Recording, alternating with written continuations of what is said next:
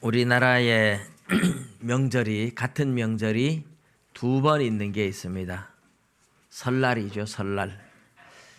양력설을 지내는 사람도 있고 음력설을 지내는 사람도 있고, 참 신기하게 설날이 두 번 있어서 지내고 싶은 때 지냅니다. 보통 절기는 광복절 그러면 한 번 있고 추석 그러면 한 번 있는데, 추석을 음력 추석, 양력 추석 이렇게 세는 사람은 없어요. 근데 설날은 양력설, 음력설 왔다 갔다 혼란을 많이 일으켰습니다. 정부에서 그렇게 했기 때문에, 그래서 정부의 지침 따라서 하다 보니 혼란이 왔어요. 이스라엘의 명절은 유월절이라는 이 절기, 무교절도 들어있고 초실절도 들어있지만, 유월절 그리고 맥추절, 이것은 칠칠절, 오순절 그렇게 또 부르고 초실절이라고도 역시 부릅니다. 그러나 이제 유월절, 맥추절 대표적으로 부르면, 그리고 초막절, 장막절, 수장절 이렇게 부르는데, 초막절이라고 대표적으로 부르면 유월절, 맥추절, 초막절 이 절기가 구약시대에 이스라엘의 가장 중요한 3대 절기였습니다. 근데 물론 이 절기 외에도 나팔절 해서 7월 1일 그날도 성회로 모이는 날이고, 7월 10일 대속죄일 해서 그날도 굉장히 중요하게 지낸 절기이기도 합니다. 그렇지만 제일 중요하게 지내는 유월절, 맥추절, 초막절 3대 절기 중에 오늘 우리가 읽은 본문의 유월절을 지켜라 그렇게 이야기를 해요. 유월절을 지켜라. 이스라엘 백성들이 애굽에서 탈출을 할 때, 그때가 며칠인가 하면 2월 15일이에요. 2월 14일 날 저녁에 2월 10일 날 양을 한 마리, 흠없는 양을 준비해서 딱 기둥에 묶어놓고, 도망 못 가게 묶어놓고 딱 준비해 놨다가 2월 14일 날 저녁에 양을 잡아서 그 피를 문에 상하 임방에 바르고 좌우 설주에 발라요. 그러면 피가 이제 결국은 십자가 형태로 발려지는 거죠. 그렇게 바르고 그 양을 구워서 그 문에 피를 바른 그 집 안에서 양고기를, 구운 양고기를 먹는데, 쓴 나물과, 나물이 쓴 나물, 이제 우리나라에 보면 고돌빼기 같은 거, 쓴바귀 같은 거 이런 건 쓴 나물이죠. 요즘 취나물이 나오는데 취나물도 이렇게 먹어보면 쓴 맛이 많이 납니다. 그런데 이런 쓴 나물과 그 다음에 누룩 없는 떡, 발교되지 못한 떡, 무교병이라고 말하죠. 빵을 굽는데 아주 누룩을 넣어서 부풀어서 맛있게 빵을 부드럽게 구울 수도 있지만, 그냥 구우면 그냥 밀가루 반죽 갖다 구운 것 같아서 정말로 맛이 없습니다. 여러분, 칼국수 하다가 칼국수 만드는데 밀가루 반죽해가지고 넓적하게 핀 거, 옛날에 워낙 먹을 게 없으니까 그런 또 반대기라고 우리는 불렀는데, 그런 것도 구워 먹으면 참 맛있었던 시절이 있어요. 근데 요즘 그런 거 먹어보면 너무 맛이 없어서 정말 못 먹을 것 같아요. 그런데 일주일 동안, 2월절 지내면 일주일 동안 이걸 계속 먹어야 됩니다. 근데 이스라엘 백성들은 2월 14일 날 양을 잡아서 구워서 먹고, 다음날 아침까지 양고기가 남으면 다 불태워야 됐어요. 그래서 양을 잡아서 쓴 나물과 무교병과 함께 허리에 이 허리끈을 묶고 신을 신고 지팡이를 잡고 급하게 먹어요. 이건 뭐예요? 빨리 먹고 지금 탈출하자는 그런 의도가 들어있어요. 그렇게 해서 그 양 한 마리를 잡으면 양을 먹을 만한 사람의 수를 모아가지고 같이 먹어요. 그렇게 했어요. 될 수 있으면 많이 안 남겨야 되니까. 그렇게 했던 그게 이제 유월절의 시초죠. 애굽에서 노예로 지내던 이스라엘 백성들을 하나님께서 10가지 재앙을 내리고 마지막 재앙은 애굽의 장자들을 죽이는데, 이 장자들을 죽일 때에 이스라엘 백성들도 장자가 죽을 수밖에 없어요. 하나님이 죽음의 천사를 내려보내서 집집마다 들어가서 마다들, 왕자도 마다들은 죽습니다. 종의 아들들도 마다들은 죽습니다. 짐승의 새끼도 첫 새끼는 죽습니다. 다 죽입니다. 그런데 피를 바른 집은 죽음의 천사가 딱 갔다가 이미 피가 발려져 있으니 이미 죽었구나 이렇게 인정을 하고 그 집을 넘어갔어요. 히브리어로 페사흐라고 말하는데 우리말로 유월절이라 이렇게 말하죠. 한문인데 유자도 넘을 유자, 월자도 넘을 월자입니다. 담 넘어가는 걸 보고 뭐라 그래요? 월담 이렇게 말하죠. 그죠? 유월절이라는 말은 넘을 유자, 넘을 담자를 써서 절자는 마디 절자 또는 규칙 절자, 법 절자이기 때문에 넘어가는 규칙 뭐 그런 의미가 되겠죠.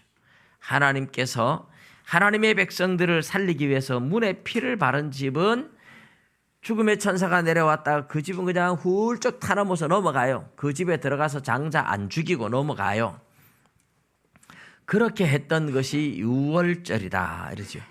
그렇게 해서 이스라엘 백성들은 살고 다음날 새벽같이 바로 왕이 모세와 이스라엘 백성들한테 빨리 너희들은 나가라.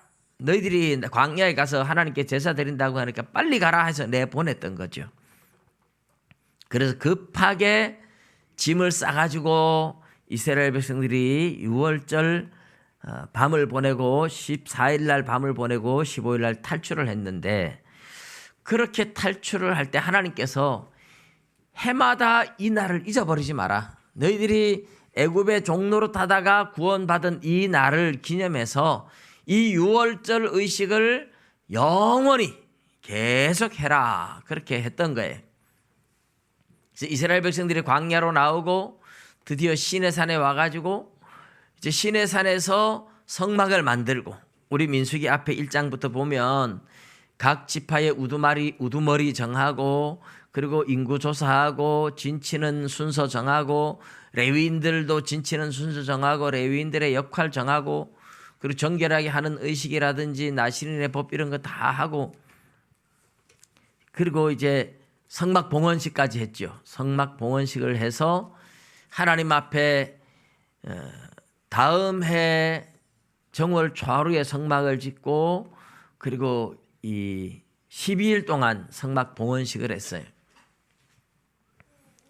그런데 제가 처음에 뭐라 그랬습니까? 이스라엘이 애굽에서 탈출할 때에 2월 14일, 15일 그렇게 말했죠. 근데 하나님께서 그렇게 탈출하는 그 달이 원래는 애굽에 있을 때 2월 달이지만 너희들은 이것을 이제부터 1년 1월 달로 삼아라 이렇게 했어요. 1년 1월. 그러니까 지금까지의 세월, 지금까지의 달력을 다 무시하고 올해부터 너희들은 제1년을 삼고, 그리고 제1년 1월 달로 삼아라 이렇게 된 거죠. 그래서 탈출해서 성막을 세우기까지 꼬박 1년 걸렸어요. 원래 애굽의 달력으로 말하면 2월 달인데 이스라엘의 달력으로는 이제 이게 1월 달이 된 거죠. 1월 14일 날 유월절을 지켜라 이렇게 된 겁니다. 여러분, 달력을 새로 만든다는 것은 굉장히 의미가 있는 거예요. 지금까지 과거의 역사와 완전히 단절된 그런 역사잖아요. 과거의 역사와 완전히 단절된 전혀 새로운 역사. 그게 뭡니까? 하나님의 백성으로, 하나님의 나라, 하나님의 백성으로 전혀 새로운 인류가 탄생하는 날입니다. 우리가 뭐 일본에서 독립을 해서 8월 15일 날 광복절을 지킬 때에 야, 우리 광복절 했다, 이제부터 새로운 달 정하고 새로운 해로 정하자 이렇게 안 하잖아요. 나라가 바뀌어도 뭐 고구려, 뭐 통일신라 시대, 뭐 후삼국 시대, 고려 시대, 뭐 조선 시대 이렇게 바뀐다고 해서 달력을 바꾼 적 없어요. 그런데 역사 속에 달력을 바꾼 적이 언제 있느냐? 예수님이 세상에 태어나던 해를 기점으로 새로운 달력이 만들어졌어요. 오늘 우리가 보는 달력이 그거죠. 그래서 2019년, 이 말은 예수님이 이 땅에 태어나신 지 2019년 지났다, 이런 얘기죠. 예수님이 오신 것을 기준으로 새로운 달력을 만들었다는 것은 예수님의 탄생이 우리 인류의 운명을 완전히 바꾸어 놓았고, 예수 믿는 사람들은 전혀 새로운 하나님의 나라 백성으로 새롭게 태어났다, 이런 의미를 깊이 가지고 있는 거예요. 이스라엘 백성들이 애굽을 탈출할 때도 마찬가지예요. 애굽에서 탈출할 때 지금까지 애굽의 종로로 됐는데 이제 독립을 했다. 단순히 독립 차원이 아니라 이제부터는 우리가 하나님의 백성이고 하나님의 나라의 사람이다. 그래서 전혀 새로운 인류. 여러분, 실제로 하나님의 백성들은요, 완전히 새로운 인류가 돼요. 그 새로운 인류의 첫 조상이 누구냐 하면 바로 예수님이에요. 예수님. 옛 사람의 조상은 아담이죠. 아담 안에서는 다 사망, 예수 안에서는 다 생명인데, 예수님은 어떤 인류가 되느냐? 예수님 부활하신 몸을 가지고 있잖아요. 썩지도 않고 죽지도 않고 쇠하지도 않고 병들지도 않는 영광스러운 몸을 가진 예수님이 부활해서 그런 인류가 됐고, 우리도 부활하면 다 예수님과 같은 몸으로 다시 부활해요. 그러면 지금처럼 이렇게 아프고 병들고 썩고 죽고 하는 이런 몸이 아닌, 죽지도 않고 아프지도 않고 병들지도 않고 쇠하지도 않는 영광스러운 몸을 가진 새로운 인류가 태어나는 거예요. 예수 믿으면. 그게 전혀 새로운 인류요, 전혀 새로운 나라요, 전혀 새로운 백성들이죠. 그래서 예수님은 첫째 아담, 죽음의 조상인 첫째 아담과 다른 생명의 조상, 죽지 않고 쇠하지 않고 병들지 않고 늙지 않는 전혀 새로운 인류가 탄생하는데 그 첫 번째 조상이 예수님. 우리는 그런 몸으로 마지막에 다 부활하게 될 줄로 믿습니다. 그러니까 하나님의 백성으로 태어난다는 것은 달력을 새로 바꾸고 역사를 새로 바꾸는 엄청난 사건이죠. 그런데 이제 하나님께서 첫째 달, 14째 날 해질 때에 유월절을 지키라고 해요.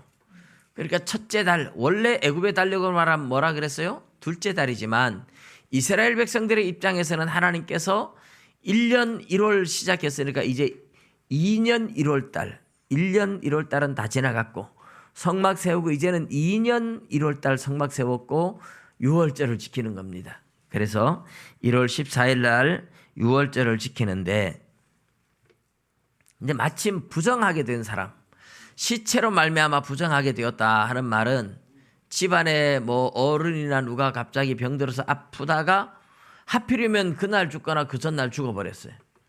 그러니까 죽은 사람을 어떻게 그냥 놔둘 수 없잖아요. 장례식을 치러야 되잖아요. 그래서 시체를 만진 사람 부정하다 이러니까 부정한 사람은 이 하나님께 헌물을 드릴 수 없다. 그래서 못 드리게 했는 거죠. 주변 사람들이 너희들은 만지지도 마라. 그러니까 모세한테 와서 물었어요. 우리가 의도적으로 뭐 죄를 지은 건 아니고 시체로 말미암아 어쩔 수 없이 부정하게 됐는데 우리를 하나님 앞에 헌물을 드리지 못하게 하고 유월절을 지키지 못하게 하는 것은 어찌 됨입니까? 우리는 어떻게 해야 됩니까? 이렇게 물었어요. 모세가 나도 몰라. 모세가 자기도 모르고 있어요. 어떻게 해야 될지. 그래서 모세가 어떻게 했어요? 기다려봐라. 하나님 앞에 한번 물어보자. 예, 하나님이 주신 절기 드리고 하다 보니까 모세도 미처 잘 모르는 거예요. 그래서 모세가 하나님 앞에 가서 기도를 했습니다. 하나님, 이렇게 부정하게 된 사람들은 유월절 못 지킨다는데 어떻게 해야 됩니까? 물으니까 하나님께서 이 유월절은 오늘날 저와 여러분이 하는 성찬식과 같거든요. 성찬식. 예수 그리스도의 살과 피를 먹는 이 구약은 어린 양의 피를 흘리고 어린 양의 고기를 먹었지만 신약으로 오면 예수님이잖아요. 예수님의 살과 피를 먹어야 구원을 얻지 예수님의 살과 피를 먹지 못하면 구원이 없는 거잖아요. 그런데 이스라엘 백성들에게 유월절을 못 지키게 한다는 것은 성찬식에 참여 못하게 하는 것과 같고 구원 얻지 못했다는 의미와 같은 겁니다. 여러분, 교회는 세상 사법과 달라서 뭐 강제로 뭐 감옥에 가두고 이런 벌을 줄 수 없어요. 그죠? 교회에서 내릴 수 있는 가장 큰 벌이 제명출교입니다.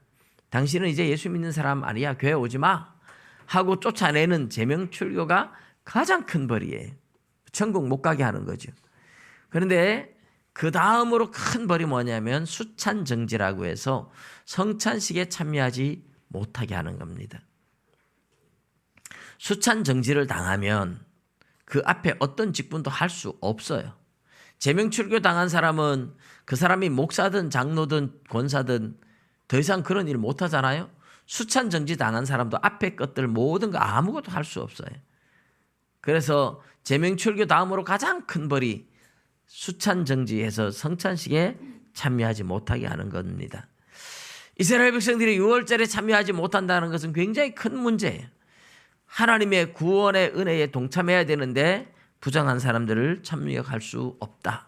그래서 모세가 하나님 앞에 물은 겁니다. 어떻게 해야 됩니까? 그러니까 하나님께서 답을 주셨어요. 그래, 그들의 말이 옳다. 비록 부정하게 된 사람도 구원 얻은 하나님의 자녀인데 이 유월절에 참여는 해야 되지. 그런데 지금 부정해서 할 수 없으니까 한 달 미루어서 2월 14일에 유월절을 지키라고 해라. 이렇게 하나님이 방법을 주신 거예요. 그리고 유월절을 2번 지키는, 그래서 하나님께서 시체로 말미암아 부정하게 된 사람이나 멀리 여행을 하다가 미처 돌아오지 못해서 유월절을 지킬 수 없는 사람, 이런 사람들을 위해서 2월 14일 날 딱 한 달 있다가 다시 유월절을 지키라고 해라. 그것이 하나님의 방법이었습니다. 그래서 2월 14일 날 되면 유월절을 지키는데, 여러분 뭐 이미 말씀드렸지만 이 유월절은 쓴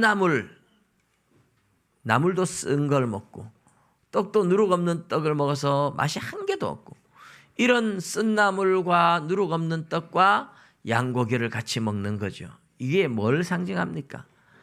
예수님이 십자가에 못 박혀 고통당하는 걸 생각하면서 우리도 마음적으로도 그날은 그 유월절에는 우리도 함께 괴로워하고 때로는 금식도 하고 맛있는 음식도 피하고 오락도 금하면서 그 고난에 함께 동참하자, 이런 의미가 있죠.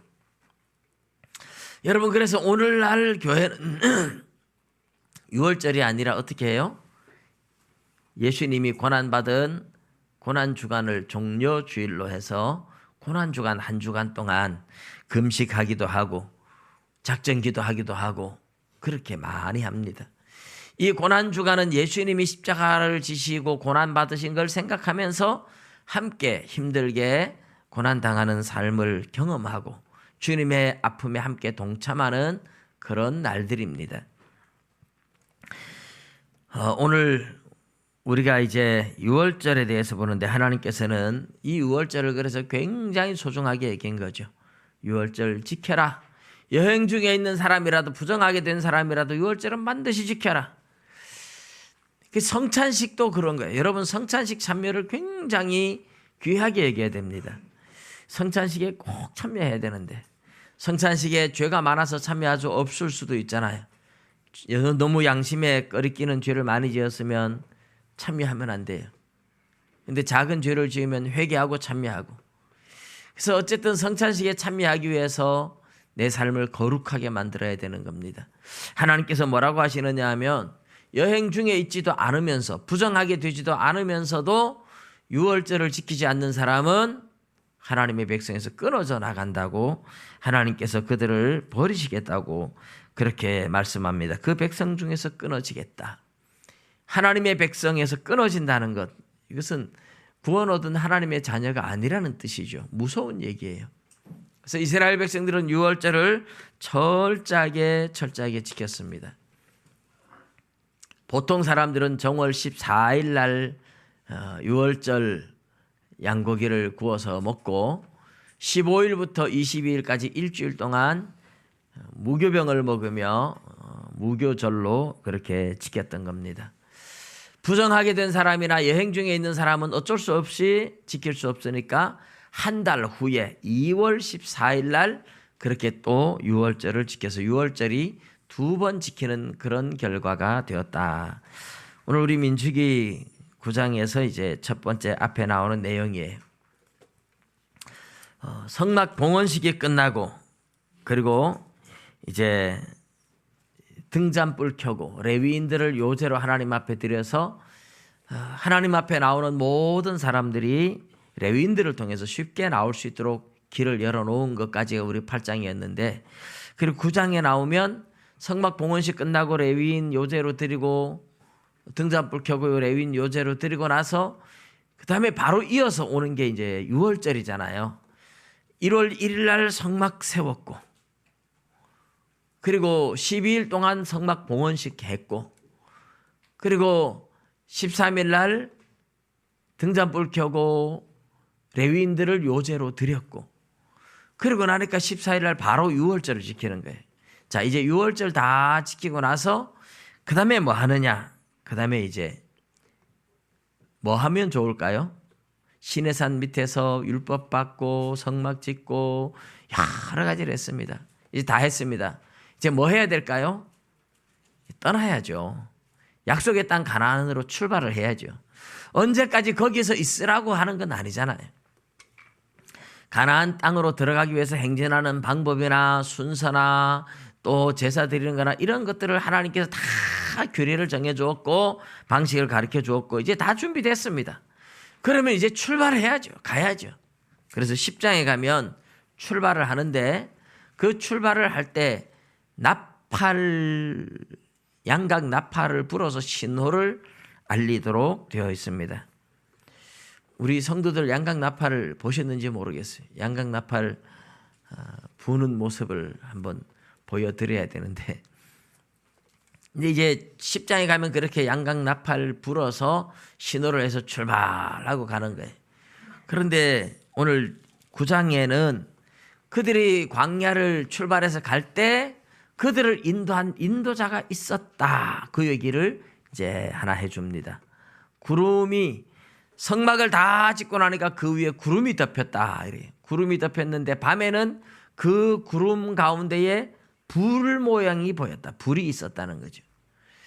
이 구름으로 낮에 뜨거운 태양빛을 가려주고 밤에는 광야가 또 온도가 급격하게 떨어지니까 또 밤에는 그 불로 온기도 주고 너무 칠흑같이 어두워서 아무것도 할 수 없는 그런 지역에 은은한 불빛도 비춰주고 하면서 구름기둥 불기둥이 그들을 인도했습니다.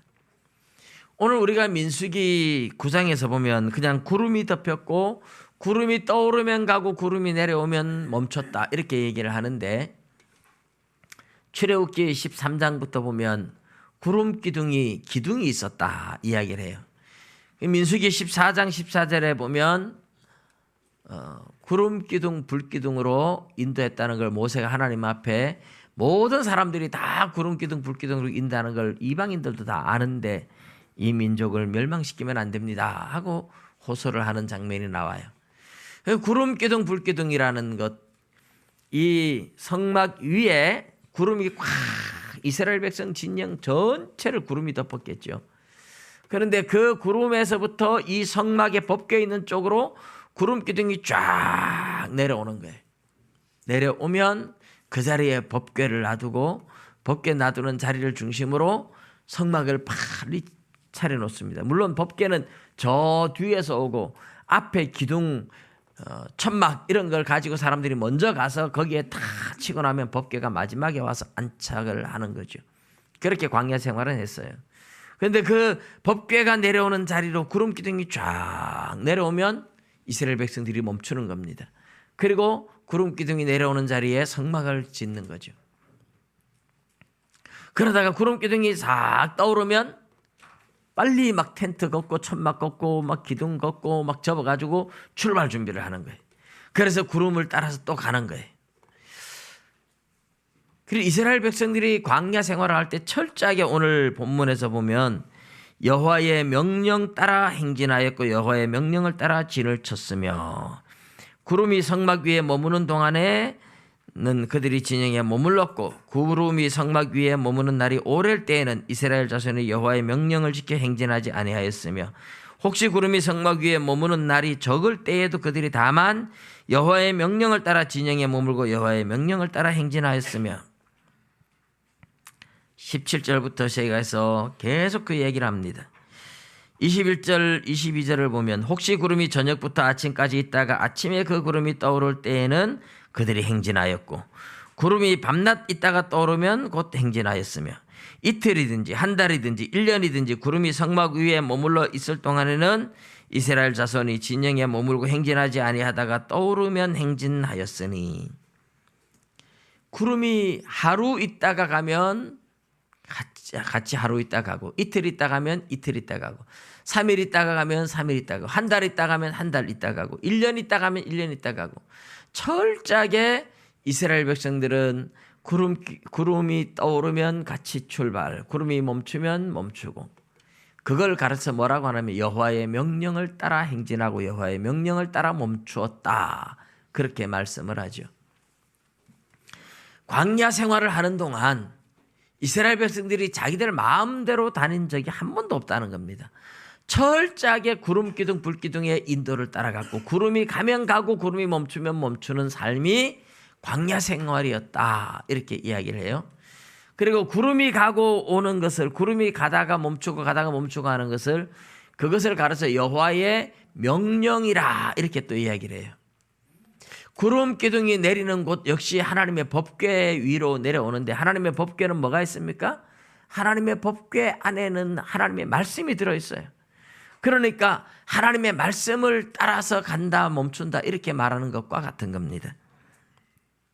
하나님의 말씀을 따라서 구름기둥 불기둥이 행진하고 멈추는 것은 여호와의 명령이에요.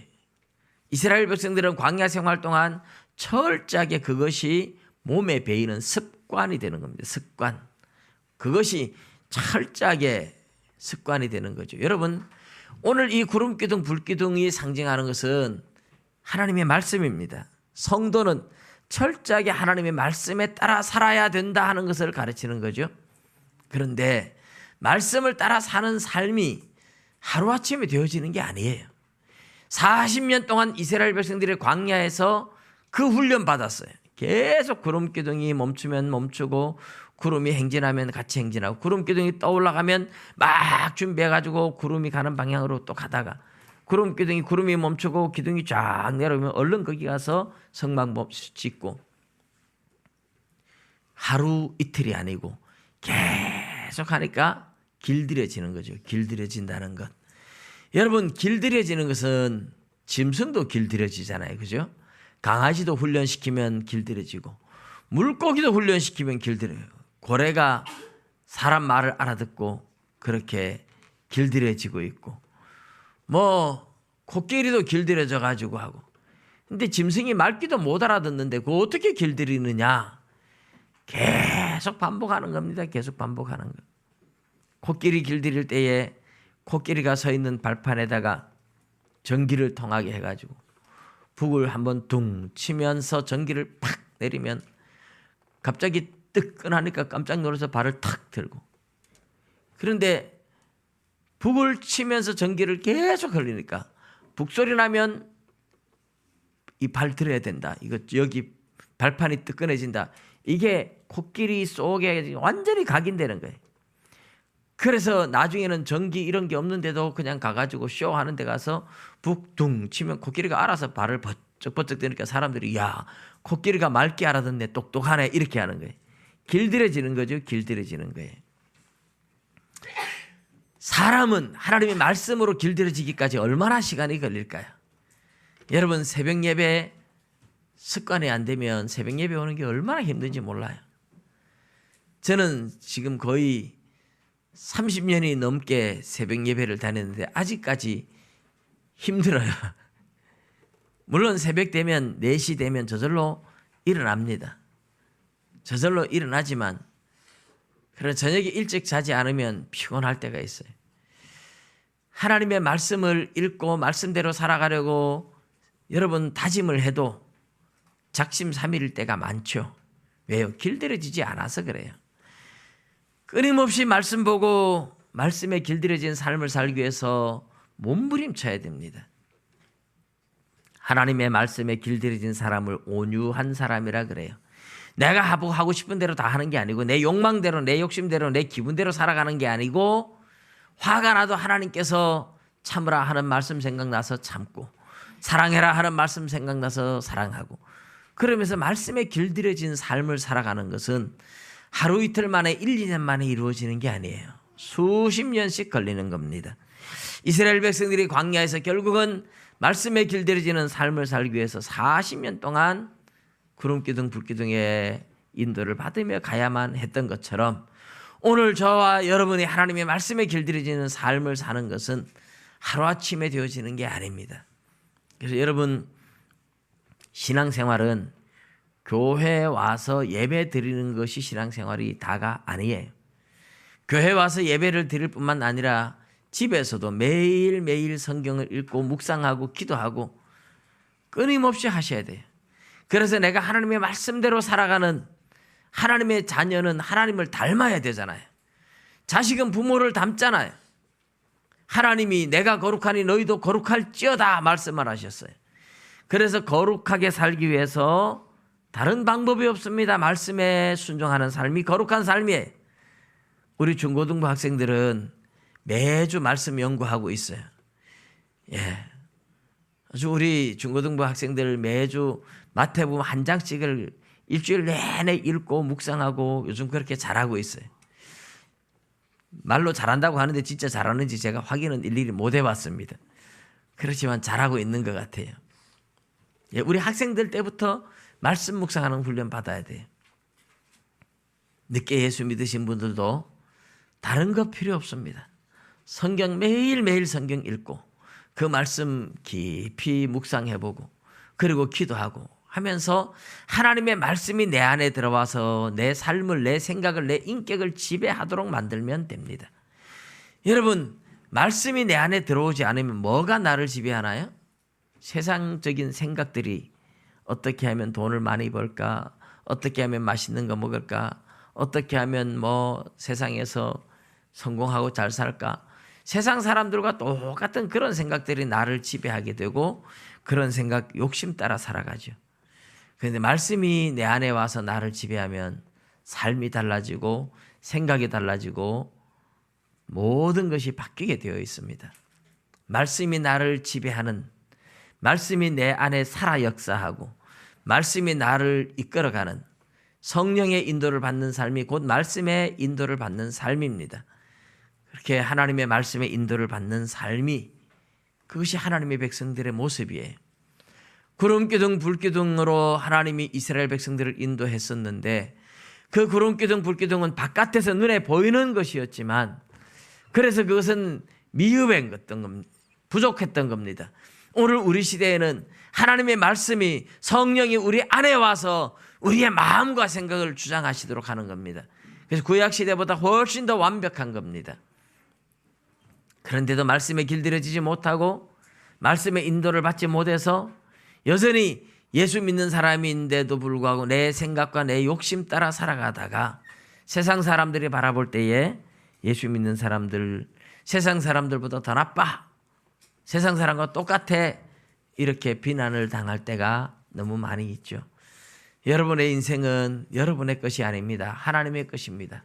예수님이 피로 값주고 사서 하나님께 드린 겁니다. 그래서 여러분 하나님의 자녀가 된 거예요. 이제는 내 몸이 내 것이 아니고 하나님의 것이 되었다. 하나님의 자녀가 되었으니 하나님 닮아야 돼요. 하나님 닮는 것은 다른 게 아니라 말씀에 순종하는 삶이라는 겁니다. 끊임없이 말씀을 읽고 묵상하고 기도하면서 그 말씀이 내 안에 들어와서 나의 삶을 지배하고 나의 인격을 지배하고 내가 하나님 닮아갈 수 있도록 날마다 말씀 묵상하며 기도하며 살아가는 그런 삶이 되시기를 주님의 이름으로 축복합니다. 기도드리겠습니다.